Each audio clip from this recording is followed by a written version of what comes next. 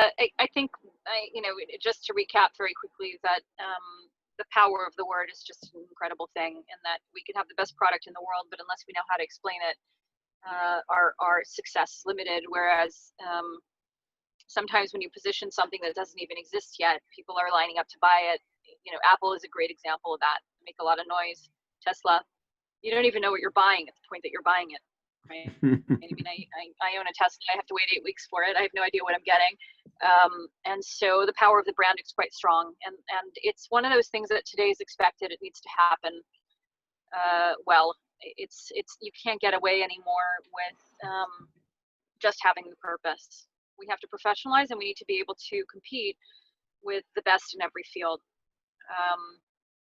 People want ROI, whether they're giving to a nonprofit or whether they're investing in another way, impact or otherwise. So from the Israeli high-tech industry, I learned the importance of following the process throughout also.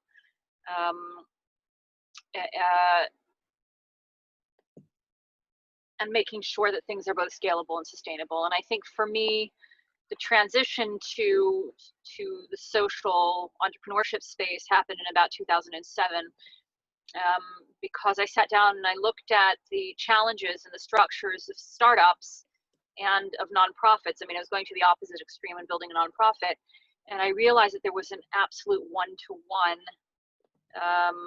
match between startups and nonprofits in terms of their challenges and their priorities. Both had very limited time to go to market, both had to scale up pretty quickly, both had diminishing funds, mainly teams who cared a lot but didn't always have the management skills. And it was quite amazing, because in nonprofit, I realized that it was at least as important, if not more important, to turn a profit. Still have to be a good business, okay? The money goes elsewhere, but we have to be running sustainable, scalable businesses that make sense and that are well managed. So that was my transition. And nonprofit is a tax status. It's not a business model. And I think we give ourselves sometimes as social enterprise ventures, we're doing good, so the rest of it doesn't really matter.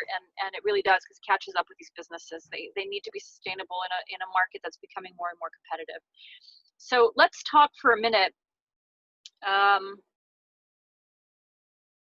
Let's talk for a minute about the elements of marketing. And I'm going to ask for Peter's help here. That's your cue. All right. Bring up the image. That's your cue to put the bullseye. Yep. I am getting it. 1 second. I am a big fan of concentric circles. So you're about to see my favorite one. And what this will do is will help us to break down the landscape and the important elements that you need to think about when you're branding and marketing anything, really. There we go. Okay, so oh, I can even zoom on this. Love it. Okay, so if we look at the 5 basic elements that I think of when I think about marketing, the importance of concentric circles for me is, if you look at the very center, marketing really begins in the center and then reverberates outwards. It reminds me very much of Simon Sinek and his, why, how, and so on. But that, everything begins with brand strategy. And unless you know who you are, what you are, how you're different, these are the basic questions that every organization needs to ask itself. What do we do that's special and unique? And that's all internal work. That's not work that we're doing. I mean, there is some research that needs to be done, because it means for us that we're looking at the ecosystem to see what exists, what we're bringing to the table that's different and unique. Because we want to highlight those things in the most narrow definition. And this is where I sometimes hit up with disagreements, both with clients and my colleagues. I love disagreements. I will always define my brand in the narrowest place. And that's why I try to take on good products, because those are products that feel strong enough in what they do well, that they don't need to be all things to all people. There's a tendency, especially in the nonprofit and social spaces, to want to please everyone. And so they have a tendency to want to do everything that a donor wants them to do. Here you go, there's $100,000, why don't you go build houses in Nicaragua? Well, we're not working in Nicaragua, we happen to be in Africa. Okay, but if you if you give us money, we'll do whatever you want. So people get mission creep. And my main message very early on is know who you are and feel very confident about it and be able to articulate it in the most narrow definition, because the more narrow you get, the less competition you have. The more things you're doing, the more vertical markets you're competing in, the more people are doing it with you and alongside you. And my job is to try and make people the most special and unique and different that I possibly can by going to the narrowest definition. Okay, so once I know, and by the way, when I talk about brand strategy, I'm not only talking about the master brand. I'm not just talking about your product. I'm talking about, and there could be sub brands. You know, you can think about the biggest brands, think about Virgin and some of the other ones that subsequently end up with sub brands or brand extensions. You know, there's always an element of co-branding in there, also with partners, right? So when I talk about brand, I'm also talking about co-branding and sub-branding. How would you define a brand? Anybody have an idea? What do you think of when you think of a brand? Since you're not muted, that's the great benefit of being a small group. It's your identity. Okay, identity is important. Okay. Or it's the vision others have of you. That's very important. Okay, the awareness and the consumer reflections on who you are, what they link to you, what they see. I mean, a very good example is if you look at the Apple logo, what do you see? You know, one person sees an apple, another person sees technology or innovation, right? You know, what is that brand linking to for people? What do they associate in their memories from what they already know? But really what you're saying is, this is a promise. Okay, a brand is a promise. And it doesn't matter if it's McDonald's, which is consistent and it's promising you a certain thing. You know, I may never walk in there because I'm not really interested in what they're promising me, but somebody else wants that promise everywhere they go. It's a promise of a certain type of quality and what the brand stands for and what your commitment is to other people as a brand. Okay, in terms of quality and performance and trust, so that there aren't any false promises and that it's consistent. How about positioning?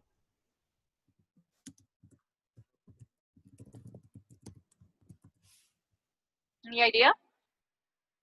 That's an important part of brand. I'm going to ask Connie, who just jumped in here. Differentiating yourself from your competitors or your like products in the marketplace. Yeah, so where do you fit with everybody else? What do people think of when they hear your name? What's the universal ambition that matches up your brand with your audiences? Okay, it's the same kind of thing that you're saying, what people think. So all of these are falling within the concentric circle. And I'm going to tell you one more thing. You know, everything else, as I said, is built upon this internal piece. If you continue to build these circles on top of this piece, and this piece is weak, think about what happens if you punch this piece right through the middle. The whole thing falls apart. You end up with a donut. So this work, which is very often work that people cut corners on because they don't see the value. And by the way, I'm working with a client now who I had to convince that he's not allowed to talk to anybody until we work this piece out. You know, the talking points and how he explains and positions himself and what he does. Because he's calling people, he's carpet bombing people with phone calls. This is who I am, you know, do you have anything to send me? No. Looks bad. Okay, so I need to know very well who I am before I can even come up with materials. So the nice thing is, this is the hardest part, that if I can come up with talking points that explain who I am, what I am, and how am I different, that message in a very, very sharp, focused few sentences is a cut and paste for absolutely everything else I do. Why? Because it's that repetition that's going to make me effective. My job in life, and you know, I was running an organization a few years ago that was 3,000 people in 60 countries. My job in life was to make sure that the CEO was describing this organization the same way as the secretary who sits in the north of Israel or, you know, or in Ethiopia. So making sure that those few points of who I am, what I am, and how am I different were consistent means that I can't really be giving people too much to think about. It has to be very, very succinct. So the second piece is marketing collateral. That can be, today, that's become very diverse and very loose term, because it could be online and it could be offline. Particularly in global agencies and in agencies, by the way, that don't have a ton of money, the digital space becomes very important. And we know today in a post-COVID world that the digital space has become super important. But when every organization that I take on, the UI UX piece becomes the most important piece of what we do in terms of tools, because it's user interface, and we need to be prepared to have dialogues with people, not to have propaganda machines that we're so used to. So online and offline, both important. If we continue to, and of course the digital cost per touch is always going to be a little bit lower, and people need to think about, if they're doing global versus local, what the cost per touch will be. I'll also tell you, and it's very funny because Einstein once said that if you can't explain something simply, then you don't understand it. One of the big fights that I have in coming up with the messaging with clients is that they want to show how smart they are. Okay. And I think that one of the reasons that I went into marketing and have been very successful at it was because I was a teacher first. And when my friends were flipping burgers, in high school, I was teaching after school programs. And what it forces you to do is just say in the most basic way, in a way that can relate to everybody, what it is that you do. If you're really smart, you know how to explain it so that anybody understands. And so I think less is more.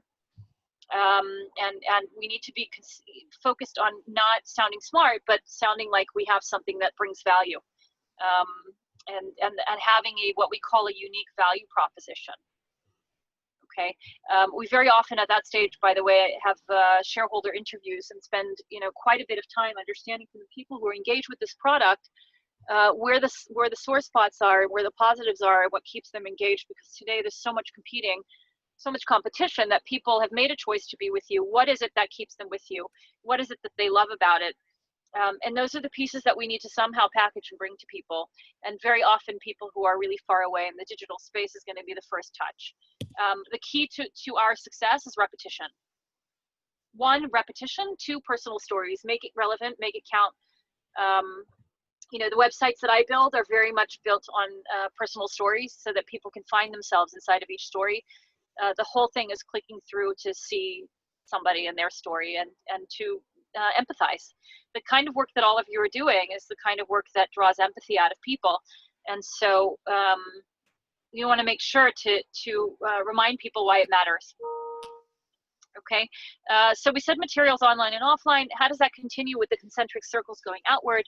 Who are we sending them to? So the next piece is communications. So we actually said partnerships and associations, and that actually belongs inside of the co-branding, the brand strategies. Is probably an old version of my bullseye. But certainly I can make the case in either direction that we want to make sure that our partners are also marketing us the way that we want to be marketed. And so putting together the right brand partnerships and making sure that you have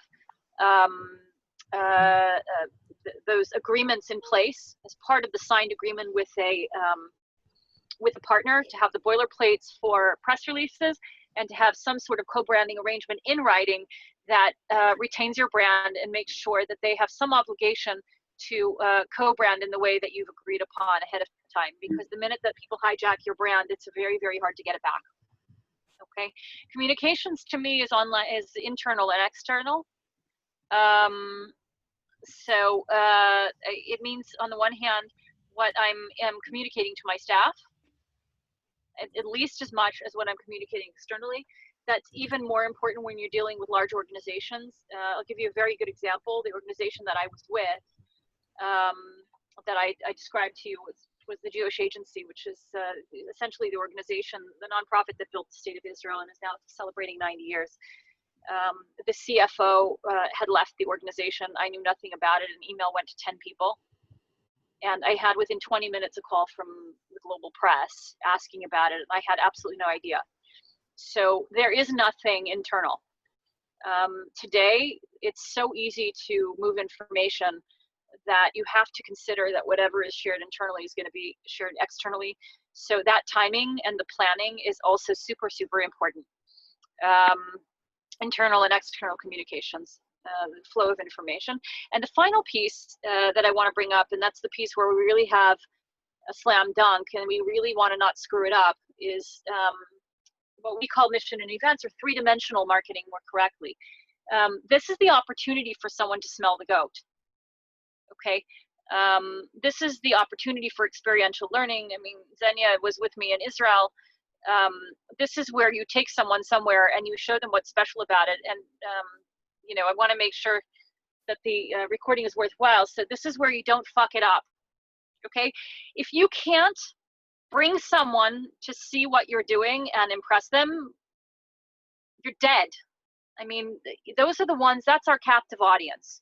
So the final piece of 3D marketing means that when you bring somebody there, not only do you need to be prepared for them to taste and touch and feel with all their senses, your messaging is not any less important than it was anywhere else. So those key talking points that you put together, that elevator pitch, which in my case I will have always on a business card sized piece so people can put it in their wallet, needs to be extremely succinct and just as good as anywhere else.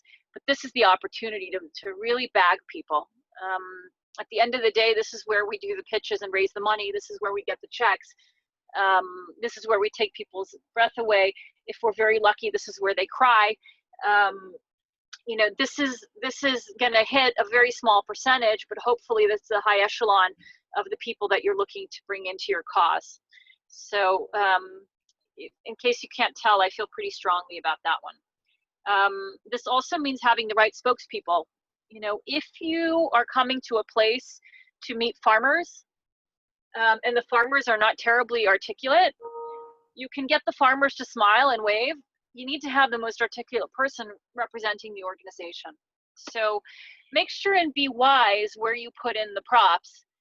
And you know, what we like to do often with clients is to get the management team to a place where they've been media trained and have their talking points and have their presentations at a place where they can just shoot it out. And we position them as global experts on that particular subject. I mean, if you're doing agri-tech, then you know, you may be in the water area, but we want you speaking about agri-tech at large so that we can land you in publications throughout the world as a leading expert on the field, or even take it one step further beyond that. Okay, so just a few other small elements, and then I'm going to give you the opportunity to speak and ask questions, hopefully that I can answer. If not, I'll just click and I'll complain about the technology. And you can blame Peter for that. It wasn't my fault. So we all need a mission statement. You want to make sure that your mission statement explains your company or your departments or your reason for existence. Okay, what it does and its overall intention. A vision statement describes the organization more as it would appear in a future successful state. It's much more of a visionary thing. That's why it's called vision. So, you know, when you're developing a vision statement, you're going to want to answer the question, if the organization were to achieve all of its strategic goals, you know, what would it look like in 10 years? So you want to give people aspiration and inspiration in your vision statement. And that's all part of the brand identity stuff we talked about and coming up with good messaging. Let me see if I've missed anything important here. Basic tools we talked about.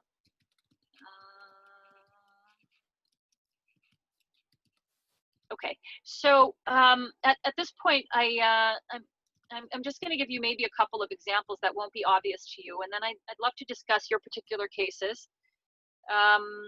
But what they really come down to successful positioning and marketing. I'll give you one example. Is an organization that I represented called the Gorilla Doctors. Does anybody know Gorilla Doctors in Rwanda? No.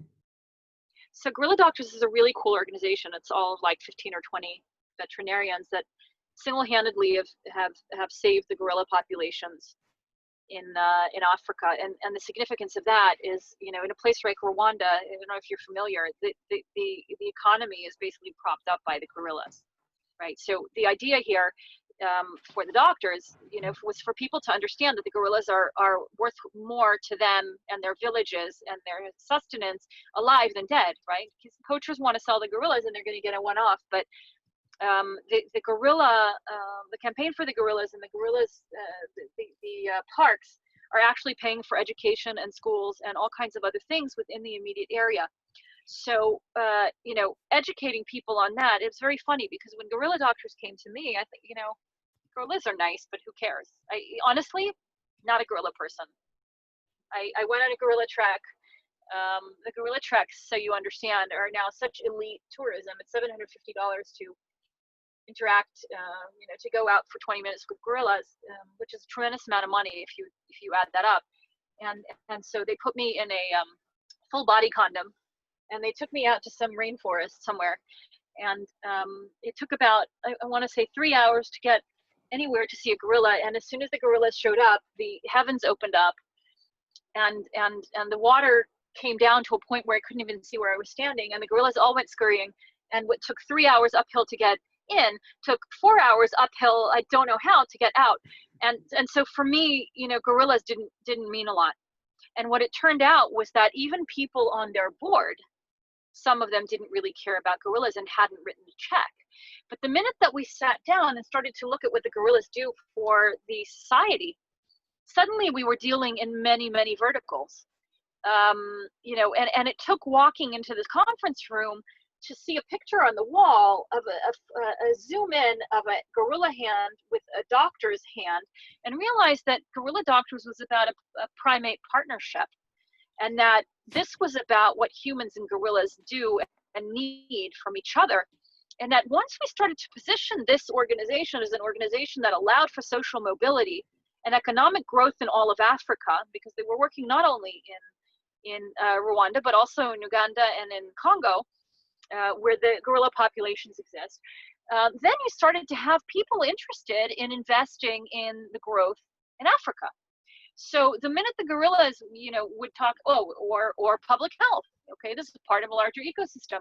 And guess what? Gorilla Doctors is involved with USAID and getting a grant to make sure that that the balance in nature is such that we're not transmitting diseases. And there were many, many, many different things going on. And they became a client that was selling social mobility. So it didn't matter if you cared about gorillas or didn't care about gorillas. If you were somebody who was interested in economic development in Africa, then Gorilla Doctors was your place. It was a great investment because their overhead was incredibly low and their impact was incredibly high. Okay.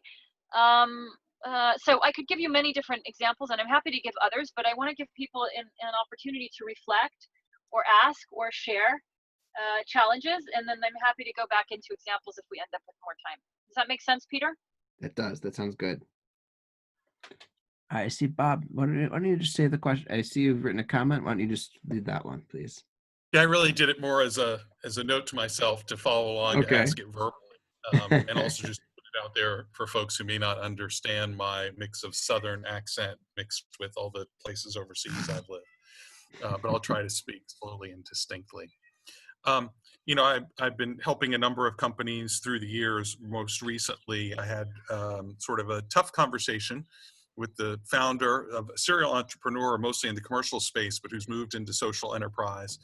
And he has been reaching a number of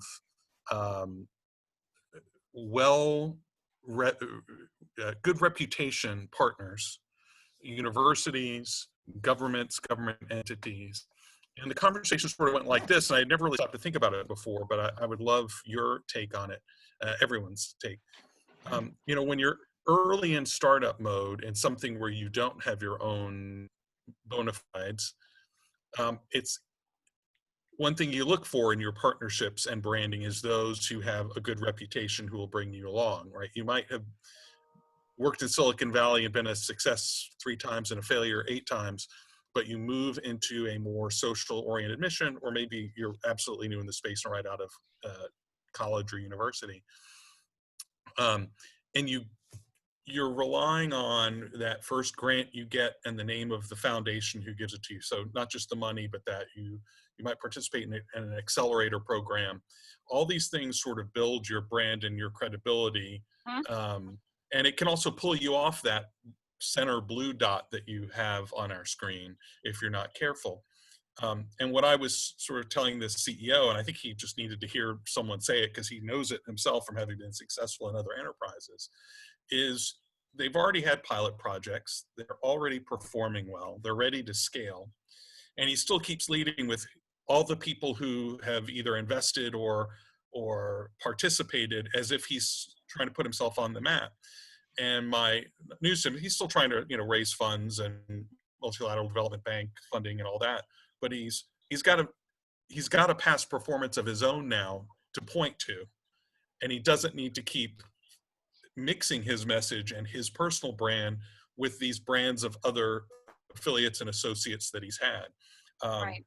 So at any rate, I just sort of share that story and would love your feedback on it, because again, it is important when you don't have at least your particular entity well branded to rely on your personal reputation or those of your partners. But again, it's also very easy to get pulled off your original brand strategy by who you've partnered with if you're not careful. I think that you're talking about mission creep again, but I think there needs to be confidence that you're building on a foundation. So the minute you have the foundation, you want to continue to build up. I guess my rule of thumb is always when it comes to partners, that you take on partners for one of two reasons. Either you need to extend your brand because you're bringing in a new product or service, right? Or you're looking geographic. Otherwise, what do you need? What do you need? The partners, if they have an amazing reputation, then I understand that, and I do think reputation is very important. I mean, I'll give you examples. I've had organizations that were offered money by pornographic websites. I've had organizations that were offered money by oligarchs. Everything that you take on comes with some level of responsibility and some impact on brand. I, for the most part, have never, up until very recently, had never even partner in any of the businesses that I started myself, because you need to have one of those. Either they're bringing money, they're bringing product value, or they're bringing new markets. So I think evaluate those things very carefully, because a mistake is actually quite costly. Although we can expect to make mistakes, and you mentioned people's success and failures. I know in Israel in particular, we really respect what most people will call failures. I mean, we don't call them failures; we call them experience, we call them life. And we have one of the most popular evenings for CEOs in Israel is called Fuck Up Night, and the CEOs come and they talk about how they tank their companies, right? So if you don't take the risks, you're not going to get the rewards. And very often the people with the most scrapes on their elbows are the ones who are going to find their way up the hill. So I'm not saying that you don't take calculated risks, but I really believe that, having to rebuild a brand that's unraveled. And by the way, I very often won't take on clients because they've just screwed themselves up so badly. It's okay to not have done it yet. It's a lot harder to have done it wrong and then take steps back. So gut is really, really important. So all of this is meant to reinforce what you've said, Robert. And I think that's why startup and scale up is so different. And we're just learning the scaling piece in Israel. It used to be that people would come to us from other countries, particularly the US, in order to do the scaling piece, because we just knew how to go to market. And expanding market is sometimes a very different thing, and with different partners and different considerations and different costs involved. Other questions, comments? Does that help at all, Robert? Bob? No, I think that was right on point. And you gave me a couple of things I had to type in there for the next conversation I have with that CEO. Good. Thanks. I see Andrew Mack there. Man, there's a blast from the past. That's right. Nice. How are you doing? Hold on, let me put on my video. I'm good. I'm Nirit. I haven't seen you since Opportunity. Right? Probably 3-4 years at Opportunity Collaboration. That's right. That's right. One of my favorites, that Opportunity Collaboration. They keep scheduling it on Sukkot, so I stopped going. It was, we're a startup, so it's too expensive, frankly.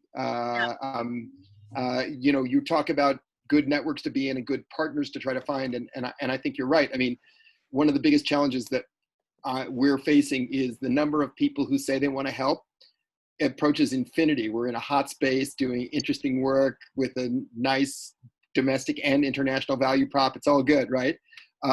You trying to keep the messaging tight and trying to figure out which ones of the people who might be helpful to you are actually helpful to you. That's a completely different thing. And I frankly am, we struggle with it all the time. You've got to assume that every incubator or accelerator is going to suck up a third of your life, right? And it's unclear. That's optimistic. Yeah, well, I mean, this is based on personal experience recently. So, we've started saying no to more people. It is the kind of thing where I think the bigger your vision is, the more that it's helpful to have brand names associated with it early on, just because people are, people writing big checks want to see that somebody else has done it. And especially if you're not, if you're going into a space where you haven't spent your entire career, right? Yep. Which is where I am. But I'm really interested. Where do you see? So we've been talking. We're raising money right now, and we're doing really cool stuff. But the space is getting crowded with a lot of people who are using the same language, right? Whether or not they're doing anything useful, completely a separate question. And it's hard to get in front of people personally, right? So do you have any lessons learned we want to be pitching Silicon Valley in September, when the world ostensibly will open back up again for that kind of thing, right? Right now it's really not. We hope. And so, how do you, any good suggestions about the best way to take advantage of the COVID moment? We've re-engineered a product to have a COVID angle on it. Remind me what your product is. Agromobile is a platform that helps farmers and buyers match up, and then through optimized transport get crops to market, pay on the platform, right? So it's a ag supply chain optimization platform, right? Uh-huh. And in the time of COVID, where we don't want everybody, where the existing supply chain is falling down, the timing couldn't be better. Right. But it's, I'm like you, I have to focus on two things, and two things only: users and money. Right. And so that is different from a generalized audience. Followers are lovely, but not necessarily particularly helpful. Right. You know what I'm saying? Yep.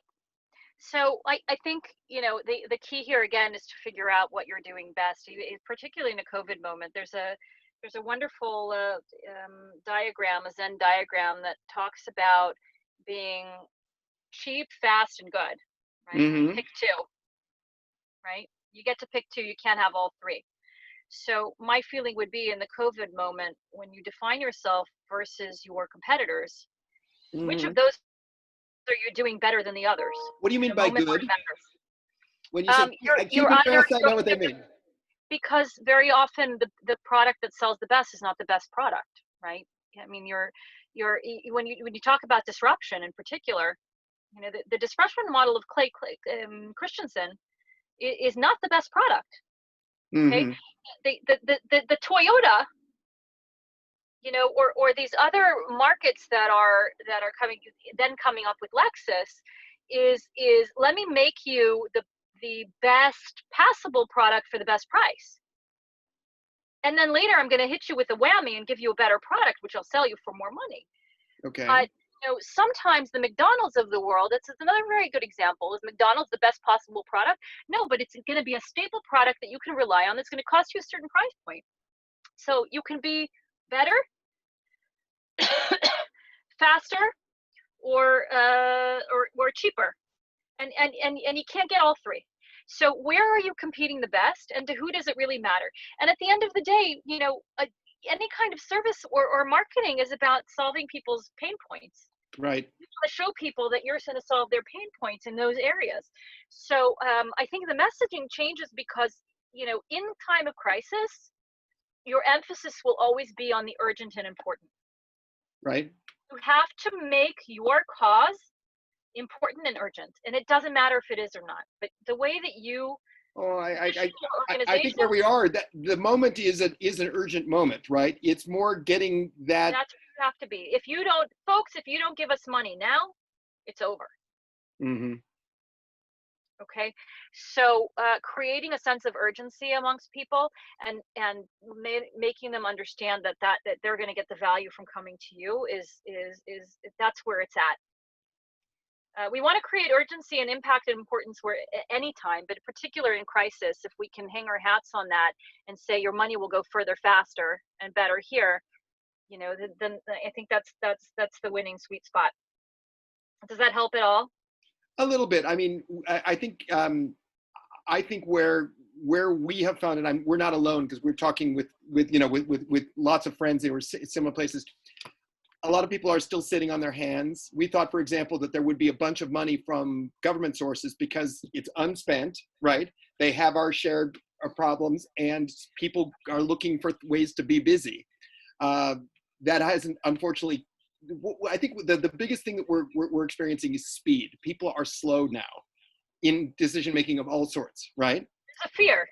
Yeah, they don't really know what, so it's rational for them to be, and so they get it, they like the value prop, they like what we're trying to do, but that doesn't, the default action for most people in most instances is inaction. Yeah. So, I mean, that's because there's not a sense of urgency. People don't sit in inaction when somebody's dying. Okay, if it's going to save someone's life, they're going to act. So if that's the case, you haven't made yourself urgent enough. They've picked something else which is more urgent. So I have a question on that, following on that. How do you make it sound urgent without sounding desperate in the sense? I mean, you want to show urgently that you can solve a problem they're facing now, as opposed to being like, my company's going to sink if you don't fund me or buy my product, right? Like, it's not about money, it's about impact. Okay. You got to focus on the impact. People don't give a shit about what you're doing. They care about what you achieve. And I learned that from coming from a big organization. People kept calling us the black hole, and it was really pissing me off because our competitor, and they would say, you know what your problem is? You talk about all the stuff you do, and they talk about all they accomplish. So very big difference. Yeah. It's also positioning. I don't give a shit what you're doing if you're not accomplishing anything. You tell me what my $10 is going to buy. Don't bullshit me what you're going to, how you're going to get there. Okay. So, because it sounds like bullshit. People want return on investment, and it doesn't matter where they're putting their money. It's all about ROI. Sorry for the swearing. I spent 15 years in New York. By the way, Andrew, I stayed in touch with your friend in Chicago. Oh, good. Good guy. Good.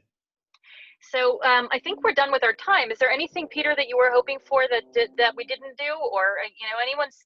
You're very very welcome to share my contact details with anyone who would like. But it's been a real joy, and I just want to tell you how proud I am of all of you. You're the soldiers, and you've all given up other things to do what matters, and I respect and salute all of you, and please stay with it and make us all proud. It's a great pleasure and an honor to be with you. I'm very grateful for the invitation, Peter, and so proud of you to pull this together so quickly. I'm glad you can make it, Nirit. Relatively short notice as well. All right. Anything for you and Tanya. All right. Thank you so much.